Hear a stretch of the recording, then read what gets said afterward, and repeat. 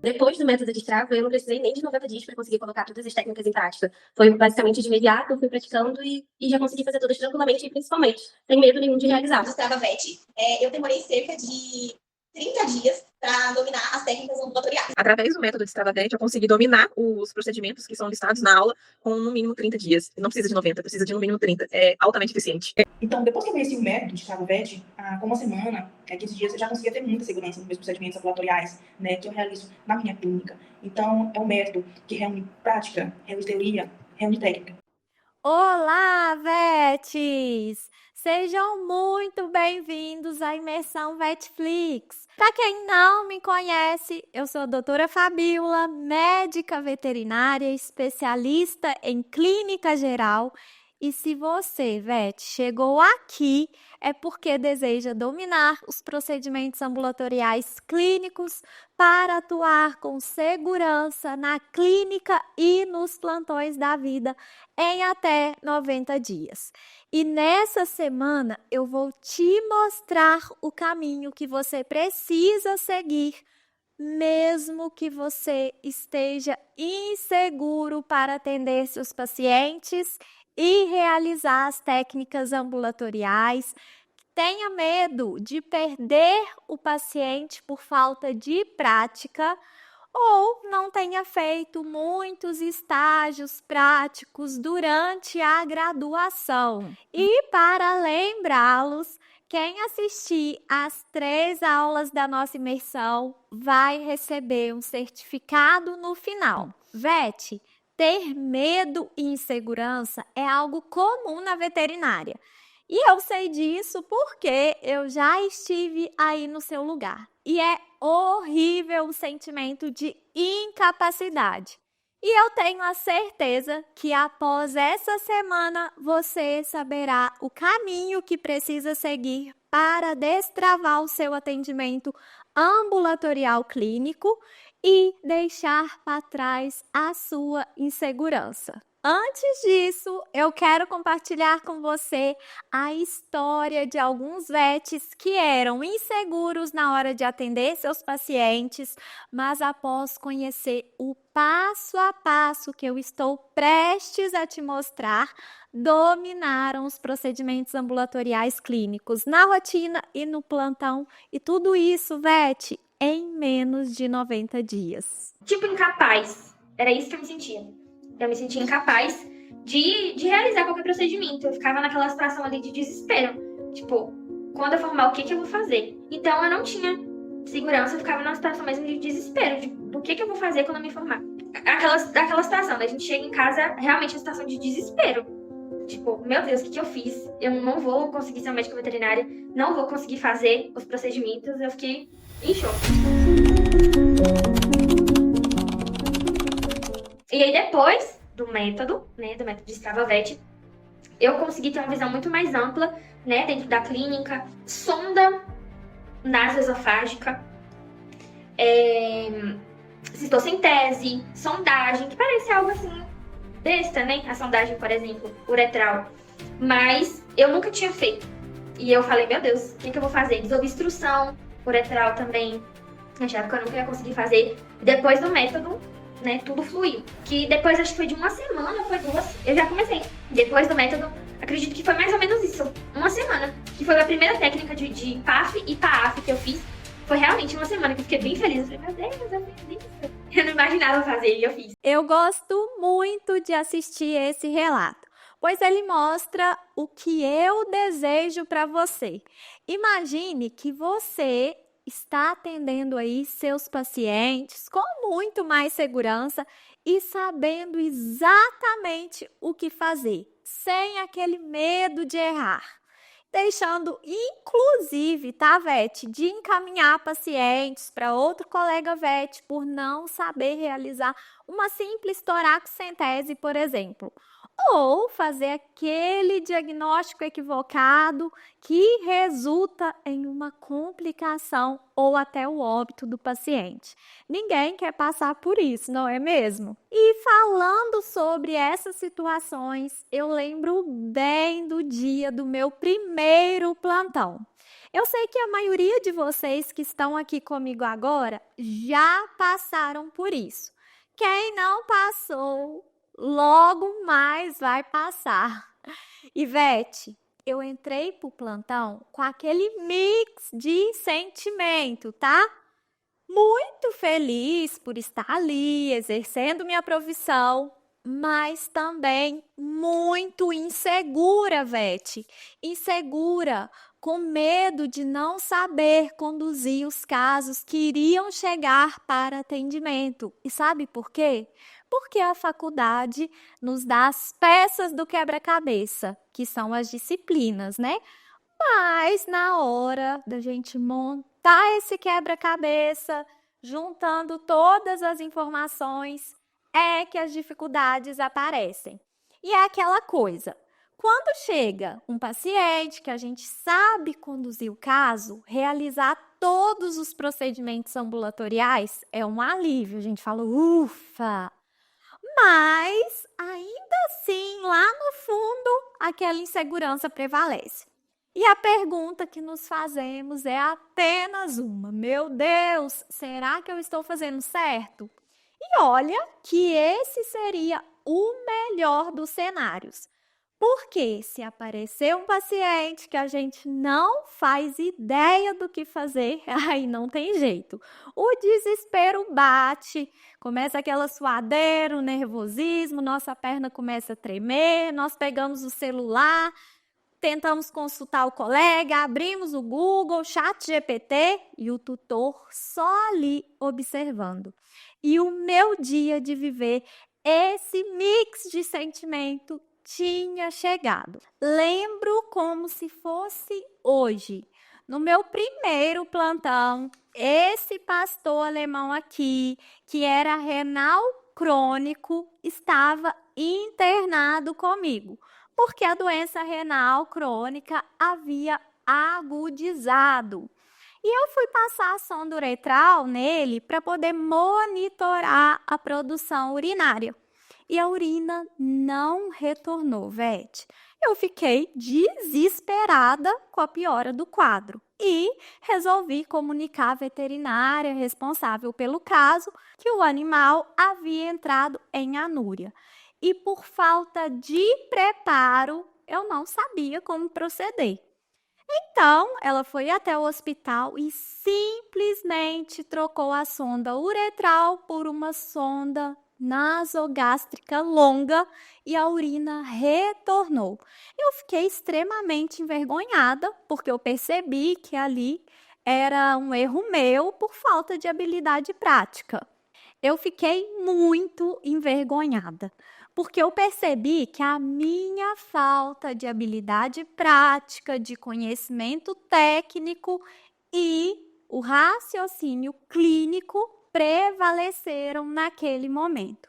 Então, eu decidi que eu não queria mais passar por constrangimentos como esse, visto que eu também tinha medo de perder o meu primeiro emprego, que eu tinha acabado de conseguir.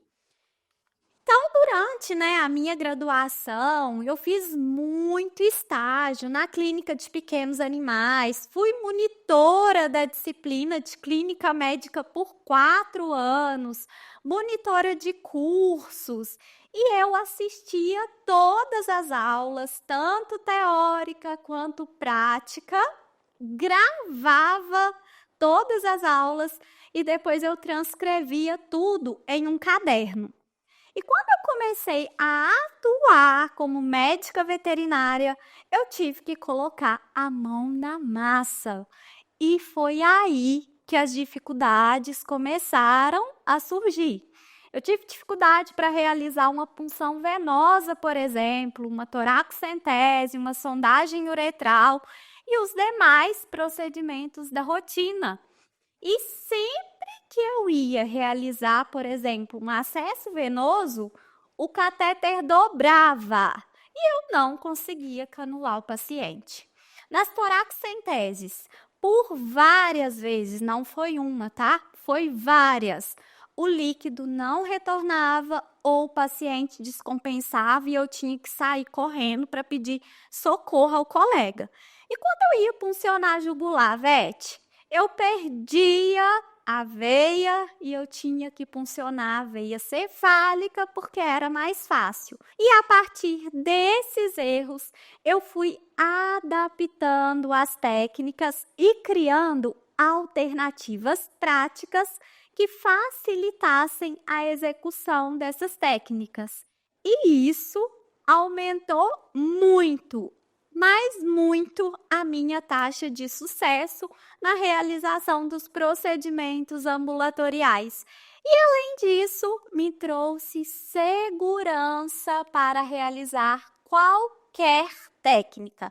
A partir daí, fui criando um compilado de informações com a teoria adquirida ao longo da faculdade e com a minha vivência prática que fui aplicando, adaptando e registrando. E esse compilado de informações que eu chamo de método de Strava-VET, que é 100% prático e aplicável. Facilitou tanto a minha rotina que nos momentos de dificuldade, o que eu fazia? Eu corria lá, consultava o método e aplicava. E é justamente esses fundamentos dessa metodologia que eu quero compartilhar com você essa semana. E sabe por que eu resolvi compartilhar, Vete? Porque eu sei que você também pode estar tendo alguns obstáculos que podem estar te paralisando, como, por exemplo, não conseguiu fazer estágios práticos, né? Durante a graduação, enfrentou a pandemia, porque eu sei que muito aluno enfrentou a pandemia e não teve a quantidade de aulas práticas necessárias para conquistar a segurança, ou não tem uma rede de apoio profissional para recorrer nos momentos de dificuldade. Eu tenho certeza que alguns desses obstáculos te trouxe medo e insegurança para atuar na clínica e no plantão. E, inclusive, estão te paralisando e impedindo de evoluir, de destravar o seu raciocínio clínico e ser um VET mais confiante e seguro. E o meu desejo é ver você se destacando no mercado, independente, VET, de todos esses obstáculos que enfrentou na graduação e que tem enfrentado agora aí na sua rotina. E sabe o que é melhor? Você não está sozinho, pois eu vou compartilhar com você os fundamentos que criei e que têm ajudado vários VETs a destravar e perderem o medo de atuar na clínica e principalmente nos plantões. E agora eu vou mostrar para você, através de um caso clínico, como aplicar os 3 princípios fundamentais do atendimento ambulatorial que todo veterinário tem que usar na hora de formar o seu raciocínio clínico. Para conduzir, VET, qualquer caso clínico, tá? Independente do diagnóstico. Agora, vamos direto ao ponto. Vamos discutir um caso clínico de um paciente felino. E dando continuidade, Vete, na próxima aula da imersão, será discutida uma técnica referente a esse caso aqui, tá? Na prática. Então, vamos lá. O nosso paciente, que nós vamos discutir o caso hoje, é um paciente felino de 2 anos de idade, macho, com queixa de disúria e estrangúria há 2 dias. E durante a anamnese, a tutora relatou que esse animal tem acesso livre à rua e que ela não costuma ver ele urinar. Por que, Vete? Ele urina no quintal da sua casa. Porém, que nesses últimos dias ela observou que ele estava mais apático, com hiporexia, indo na horta da sua casa toda hora e ficando na posição para urinar por muito tempo. E além disso, miava muito. E ela não soube relatar se ele estava conseguindo urinar realmente ou não, tá? E ela não soube relatar se ele estava conseguindo urinar ou não, visto que ele estava urinando na horta e era terra e ela não conseguiu identificar. Agora, Vete, eu vou analisar esse caso com você por partes. Então, fica aqui comigo até o final dessa aula para você conseguir entender, tá? E a partir daí, você vai conseguir entender também como montar o seu raciocínio clínico aplicando os princípios do atendimento ambulatorial clínico. Eu vou aplicar agora o primeiro princípio do atendimento ambulatorial, que é listar os diagnósticos diferenciais. Então, com as informações coletadas na anamnese, será que já conseguimos listar esses diferenciais? O que vocês acham? Com certeza, né, Vete? Então, é isso que você vai fazer primeiro. Você vai listar os 5 primeiros diagnósticos diferenciais baseado no histórico do seu paciente, ok? E quais diferenciais, então, que nós vamos ter para esse caso? Olha só. Como os diferenciais, a gente tem um paciente aqui que tem alterações referente ao trato urinário. Então, nós vamos ter aqui como diferenciais a urolitíase, que é basicamente o cálculo vesical, tá? A síndrome de Pandora, que não pode faltar quando a gente pensa em gato.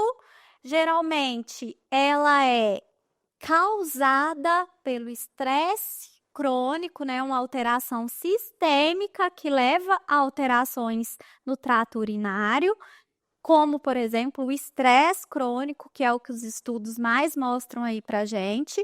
Nós vamos ter como diferencial a cistite idiopática felina, que é aquela cistite que a gente não consegue identificar a causa base, não tem bactéria associada. Geralmente, ela é inflamatória. E a obstrução uretral. E quando os animais apresentam obstrução, geralmente a gente tem anúria e estrangúria associada. Então, não tem como não pensar nesses diagnósticos diferenciais.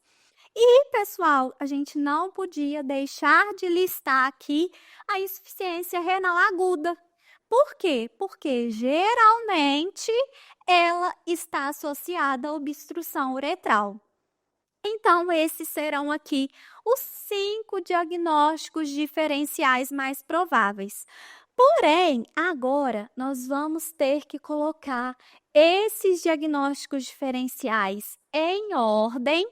E o que eu recomendo é que vocês estabeleçam uma ordem de prioridade. Que vocês, então, listem esses diagnósticos sempre do mais provável para o menos provável. E como o diagnóstico mais provável, nós temos aqui a obstrução uretral parcial ou total. É o que mais condiz aí com a clínica do nosso paciente, tá? Nós temos a cistite idiopática felina. A gente sabe que o animal que está com cistite, ele vai toda hora na caixa de areia ou no local que ele urina e fica lá por horas tentando urinar. Nós temos a urolitíase, porque a gente sabe que a urolitise predispõe à obstrução, predispõe também à cistite. Nós temos a síndrome de Pandora, que é multifatorial, né? E geralmente está associada ao estresse, como eu já falei, e ira como o último diagnóstico diferencial mais provável. E agora nós vamos para o próximo passo, que é o exame físico, que eu ainda não detalhei para você. E ele, pessoal, nos direciona muito, mas muito para o diagnóstico final. E como eu atendi esse paciente em domicílio, Vete, logo que eu cheguei, ele estava lá, na horta, tentando urinar. E eu pude confirmar visualmente que ele estava apresentando estrangúria e disúria. Eu não consegui confirmar se ele havia urinado, porque é terra, mas eu percebi que ele apresentava disúria e estrangúria. Ah, Vete, outra coisa, não saia dessa aula, tá? Porque daqui a pouco eu vou liberar a senha para você ter acesso ao material dessa aula. Então, eu vou liberar essa senha, você vai enviar ela no direct do meu Instagram, @FabiolaAlmeidaVete, que você vai conseguir ter acesso a esse material. Prosseguindo, então, no exame físico do nosso paciente aqui de hoje, ó, os parâmetros fisiológicos estavam todos dentro da normalidade.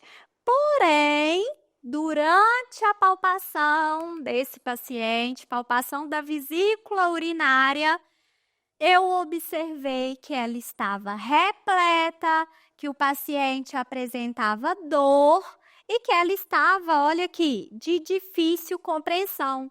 Nesse momento, pessoal, eu já fiz o vídeo no hospital porque eu identifiquei, tá? As alterações a domicílio e percebi que esse paciente precisava ser encaminhado para o hospital para eu dar continuidade ali na condução do caso. E a partir desses dados, pessoal, o que vocês acham? Nós já podemos, né, começar a excluir os diferenciais de uma forma mais simples e prática, aplicando o segundo princípio do atendimento ambulatorial, que é a escolha dos exames laboratoriais e de imagem. E, pessoal, tudo isso que eu estou introduzindo aqui hoje, eu vou mostrar na próxima aula na prática, tá? Então, fiquem tranquilos. O foco hoje é entender esses princípios para depois, na segunda aula, a gente aplicar eles na prática. Então, vamos lá. Olha só. O primeiro diferencial listado foi a obstrução uretral. E ao realizar o exame físico desse animal, eu consigo descartar ou confirmar o primeiro diferencial de obstrução total ou parcial, concorda? Pois bem, como eu relatei para você, o animal no exame físico apresentava bexiga repleta, de difícil compreensão, dor, e a urina, ela não saía, como vocês viram no vídeo, nem gotejando e muito menos em jato. Então, eu já posso confirmar o diagnóstico de obstrução? Claro que sim, Vete. Eu posso confirmar. A partir daí, já podemos realizar os demais exames, tá, Vete? Para confirmarmos, tá? Ou descartarmos as outras possibilidades. De qualquer modo, se o diagnóstico de obstrução uretral tivesse sido descartado, esses exames aqui, ó, seriam necessários. Por isso, a importância desse segundo princípio para montar o raciocínio clínico. Vocês ficam cercados de todos os lados e não deixam de solicitar exames. E pensando nesse caso aqui, quais exames nós vamos solicitar? Então, vamos lá. Nós temos um paciente obstruído. Nós precisamos solicitar uroanálise, cultura, mais antibiograma. Nós precisamos do hemograma, nós precisamos dos bioquímicos e eletrólitos. Fabíola, quais bioquímicos? ALT, GGT, FA, ureia, creatinina e de eletrólitos, sódio, potássio e fósforo. Esses exames me ajudarão a confirmar a suspeita de cistite, a confirmar a injúria renal aguda, que estavam entre os diagnósticos diferenciais listados. Porém, Vetes, eles não descartam a urolitíase. Então, eu precisei solicitar, olha aqui, exame de imagem, ultrassonografia abdominal. Importante lembrar, pessoal, que nesses casos de obstrução, nós também podemos solicitar hemogasometria se for de acesso fácil aí para você, tá? É importante, pessoal, lembrar que o ultrassom é extremamente importante, tá? Em pacientes obstruídos. Eu sempre encaminho para o ultra após realizar a desobstrução uretral, porque aí eu já avalio integridade da vesícula urinária, morfologia renal, eu descarto a presença de líquido livre pela possibilidade de ruptura de bexiga e também descarto a presença de urólitos. E ao finalizarmos a realização desses exames, né? Nós temos aí a segunda ponta da nossa pirâmide do raciocínio clínico montada. Então, nós entraremos no terceiro passo e última ponta da pirâmide. E aí, você já sabe qual é? E na próxima aula, nós vamos colocar tudo em prática. Por isso, mais uma vez, não perca essa aula por nada. Agora que já temos os exames em mãos, conseguimos aplicar o terceiro princípio do atendimento ambulatorial, que é o diagnóstico final e o tratamento do paciente. E assim nós também conseguimos concluir nossa pirâmide do raciocínio clínico. Então vamos lá. Baseado, Vete, nos achados do exame físico, nos resultados dos exames laboratoriais e dos exames de imagem, nós temos como diagnóstico final obstrução uretral total. Nós temos cistite inflamatória. Eu não mostrei para vocês aqui a uroanálise, mas tem piúria, tá? Nós temos hematúria. Então, confirmei a cistite ali inflamatória e ainda não havia saído o resultado da cultura. E os bioquímicos me mostraram que o paciente estava azotêmico, confirmando assim a injúria renal aguda. Os eletrólitos estavam dentro da normalidade, ok? E todo esse quadro aqui está correlacionado, não é mesmo, Vete? Nós sabemos que as obstruções uretrais estão, na maioria das vezes, relacionadas aos plugs, sedimentos ou presença de urólitos, tá? Eu esqueci de falar para vocês que esse paciente, ele estava obstruído por plug, tá? A gente descartou por meio do ultrassom a presença de urólito, porém tinha muito sedimento na vesícula urinária. E na próxima aula eu vou explicar melhor tudo isso para vocês. E que isso aí, né, que a gente viu, predispõe também a cistite. Então, o paciente que tem sedimento, que está obstruído, também tem aí uma predisposição de desenvolver cistite. O animal obstruído também favorece o quadro de azotemia, desequilíbrio hídrico e desequilíbrio eletrolítico.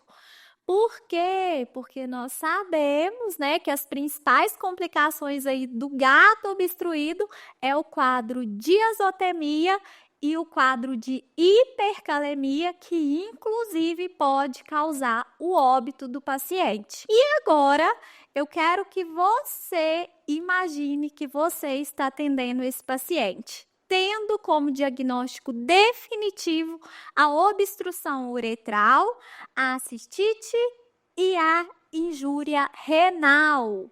E o que você precisa fazer primeiro para resolver essas condições? Consegue enxergar comigo que seguindo um passo a passo, você fica cercado de todos os lados e fica muito mais fácil escolher os exames e, inclusive, escolher e ser assertivo na conduta terapêutica? Ok, Fabíola, tá bom, mas por onde então eu vou começar? Então vamos lá. Nesse caso, você precisa focar no diagnóstico principal, que é o que pode causar o óbito do paciente, que pode levar o óbito do paciente, que é a obstrução uretral. E mesmo sabendo que nós temos outras patologias associadas, a sua primeira conduta tem que ser garantir o ABC da emergência para estabilizar esse paciente. ABC da emergência, tá, gente? Garantir via aérea, garantir boa ventilação e circulação, ok? Depois, vocês vão para a cistocentese de alívio. E aí aqui a gente cai em uma outra discussão que a aula levaria tempo para finalizar. E depois da cistocentese de alívio, você vai realizar a desobstrução uretral com o animal sedado, tá, Vete? Até porque a obstrução está sendo a responsável pelo quadro de azotemia, de desequilíbrio hídrico e também até de levar a um desequilíbrio eletrolítico aí do paciente. Fabíola, mas você não falou como desobstruir o paciente e nem quais medicações instituir para esse paciente. Ótima pergunta, Vete. Veremos tudo isso na nossa próxima aula, tá? É nela que eu vou te ensinar a realizar a desobstrução uretral na prática e todo o protocolo terapêutico. Inclusive, eu vou mostrar todo o passo a passo para vocês da técnica de desobstrução uretral. Mas eu não podia pular etapas. Você precisava entender que antes de realizar qualquer procedimento ambulatorial, você precisa montar o seu raciocínio clínico, utilizando esses pilares para conduzir qualquer caso, não só os casos de obstrução, de forma assertiva. E não adianta, Vete, você saber desobstruir o gato se você não sabe chegar no diagnóstico de obstrução uretral. E agora você tem o que você precisa para pular para a próxima aula. Então, por favor, não deixe de assistir. E resumindo aqui, os 3 fundamentos que você acabou de ver, tudo parte da criação de um raciocínio clínico. É do entendimento desses princípios que aprendemos hoje que iniciamos as tomadas de decisões para realizar um atendimento clínico de sucesso. O problema é que não te ensinaram a organizar nada disso. E isso se agrava ainda mais quando constatamos que muitos também não obtiveram conhecimentos práticos o suficiente durante a graduação. Mas esquece, isso é assunto para a nossa próxima aula, tá? O que eu estou querendo formalizar aqui na sua cabeça é não conhecer e dominar os princípios básicos que é listar os diagnósticos diferenciais, saber escolher os exames laboratoriais e de imagem e, como consequência, chegar no diagnóstico final e tratar esse paciente vai fazer você travar na hora de atender qualquer caso. Te inviabiliza de desenvolver diversas habilidades necessárias, tá? E a principal delas é aqui, ó, o famoso raciocínio clínico na hora do seu atendimento, que é ele que te leva ao sucesso. Então, anota aí. Quarta-feira eu tenho um encontro marcado com você que deseja dominar o atendimento ambulatorial para atuar com segurança e confiança na clínica e no plantão em até 90 dias. E nessa aula, Vete, eu vou mostrar para você na prática como realizar a desobstrução uretral de um felino, que é um procedimento rotineiro na clínica e nos plantões e que você precisa saber realizar de olhos fechados. Não tem jeito, porque esse paciente ele vai chegar aí para você. E para você não esquecer, hoje você aprendeu sobre os princípios fundamentais para realizar um bom atendimento clínico. E é por não dominar esses princípios que a maioria dos veterinários que estão no mercado hoje acabam travados, inseguros na hora de atuar, né? Começar a atender aí nos consultórios e principalmente nos plantões, pois não sabem o que fazer e também não conseguem tomar decisões sozinhos.